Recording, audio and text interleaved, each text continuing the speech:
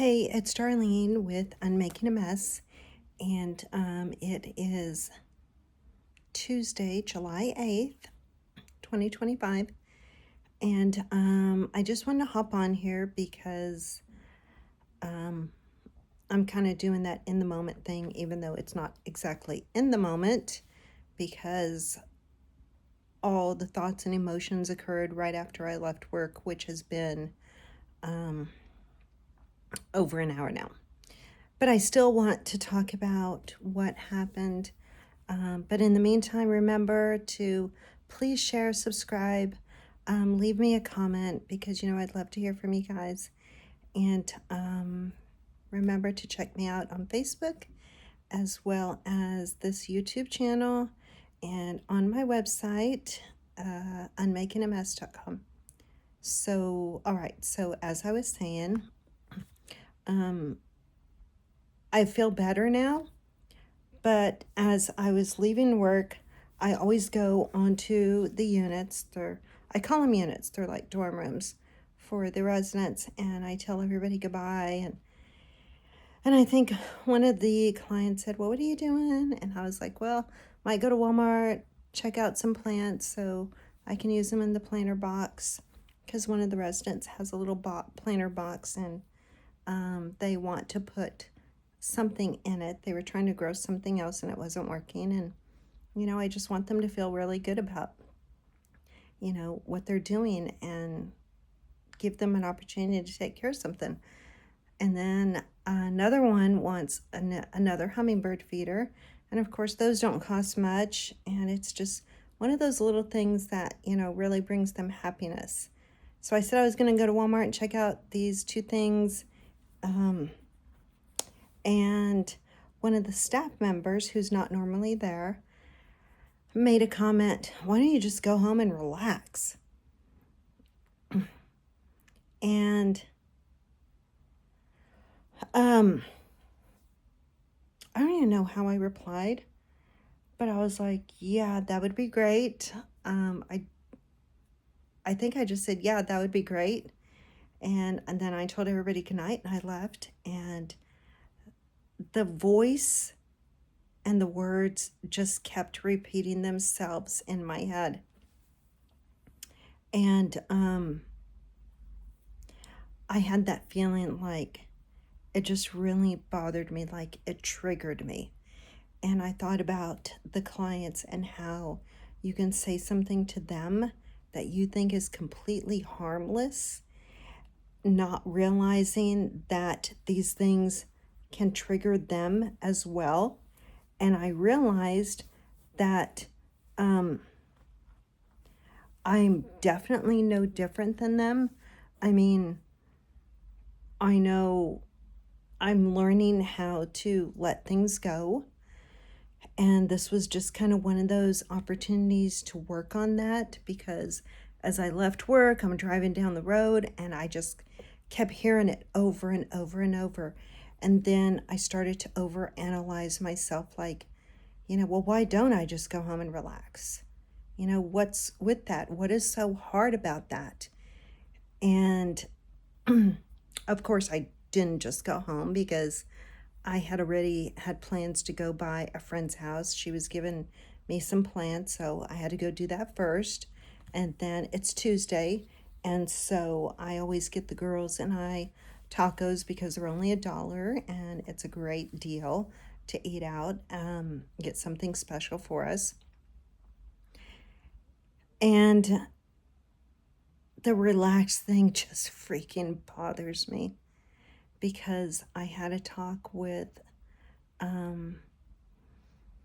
someone else. Actually, it was with my boss because I was telling her how when she told me to just go home on the 4th, how much it just sent me into this like mini panic attack because I knew that I was coming home to an empty house, and normally that's not a problem. I love spending my time, alone, being productive and doing things, but it was just the holiday that had affected me differently, and it was hard being here alone.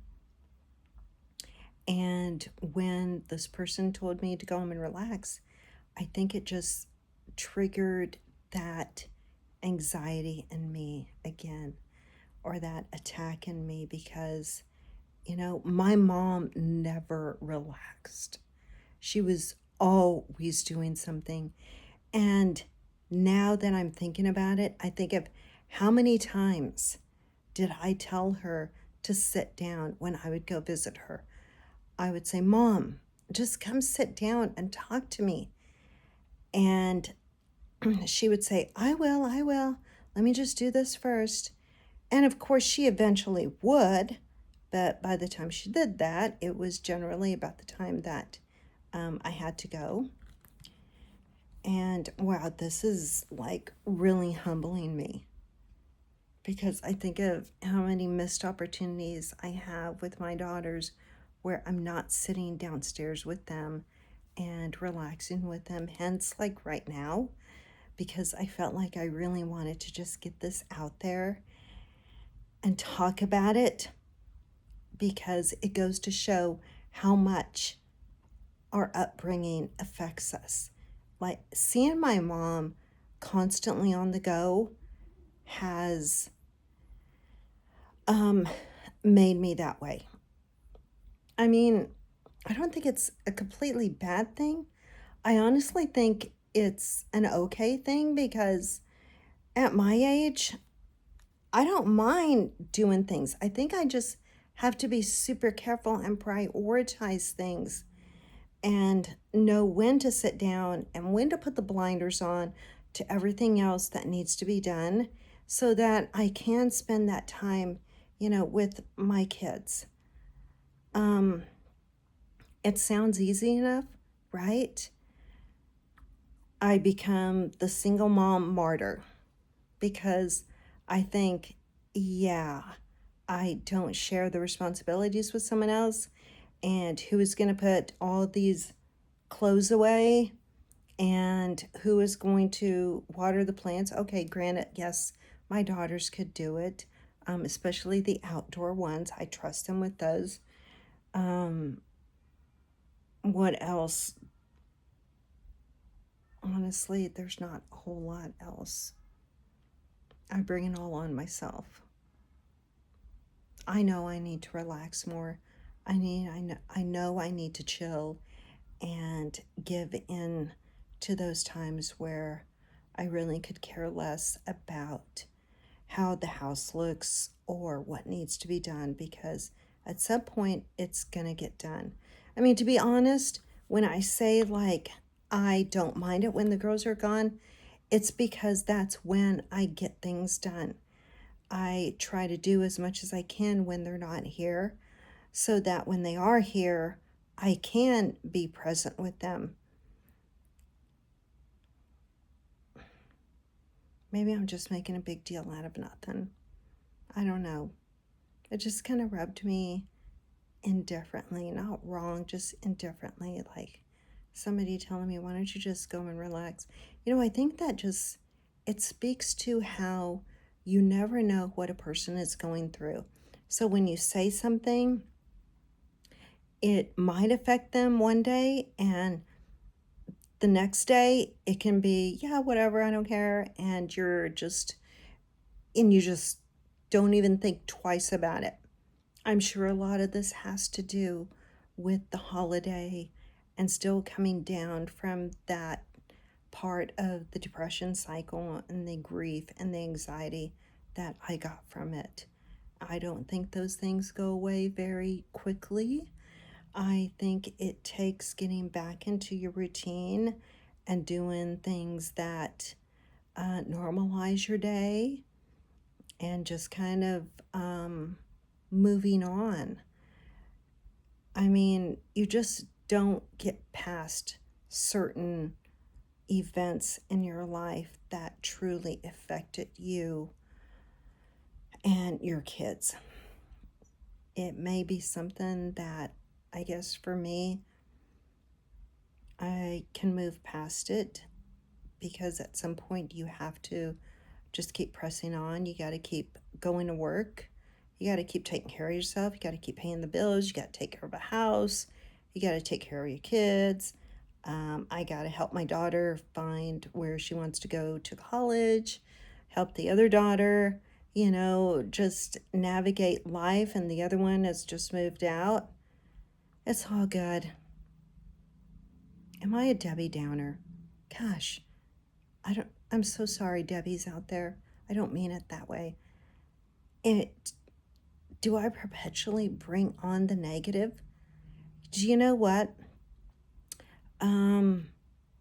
So I've been talking to this guy, and nothing really that, affected me. But when he texted me on Sunday morning, I just made the comment that I really wasn't feeling good and I need to pay more attention to, the things that bother me and the problems that I have. And he said, "So do you wake up negative all the time?" That's probably just as bad as the relax comment. Because, of course, that too got me thinking, like, wait a minute, do I wake up negatively? Do I just focus on, the terrible things that I'm feeling? And I'm going to be brutally honest here. What he was referring to and how I responded had a lot to do with the fact that I drank the night before. And I should not be doing that to really try and remove the grief and pain that I've been feeling over the weekend. But I did. And I haven't mentioned that yet, but I mention it now that on the 4th of July, that's exactly what I did as I mowed the yard. I know it's not at all like drinking a whole 6-pack and a pint of vodka like what I used to do. Not like that. It's like a few hard seltzers and that's it. But that Saturday night, I probably had a little bit more and I really felt it. And I said, I really do feel like I got a problem and I need to pay more attention to it. And he responded with, do you wake up negative or with negative thoughts? And I thought, he didn't actually grasp what I was getting at. And that's the difference between male language and female language and the two different brains that we have. Because I'm thinking it, but that's not how I came across. And so we are actually texting now about it. And I realized that this is me. This is a huge problem I have. If I don't explain myself, then why would I ever get upset with someone that doesn't understand me? That's on me. And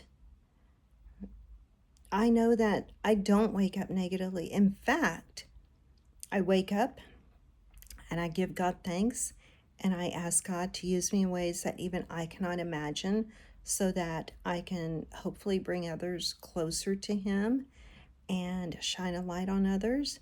So it was evidence to the fact that I was still going through this depression cycle that hit me on the holiday. But 13 minutes that I've recorded so far.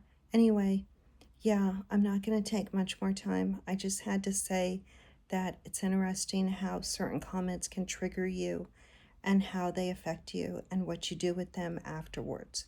For me in particular, the relaxed comment affected me.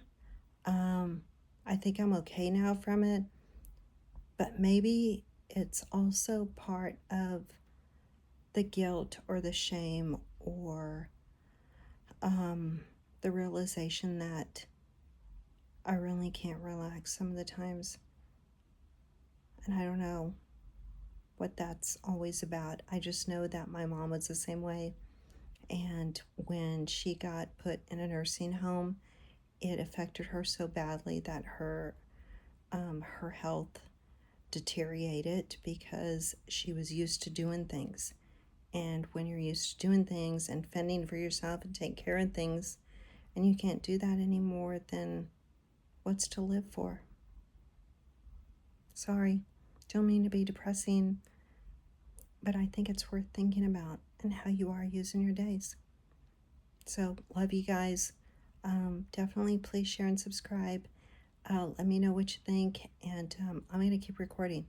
So, all right, gotta go. It's Taco Tuesday. I still need to get cleaned up and join my girls downstairs. All right, we'll see you.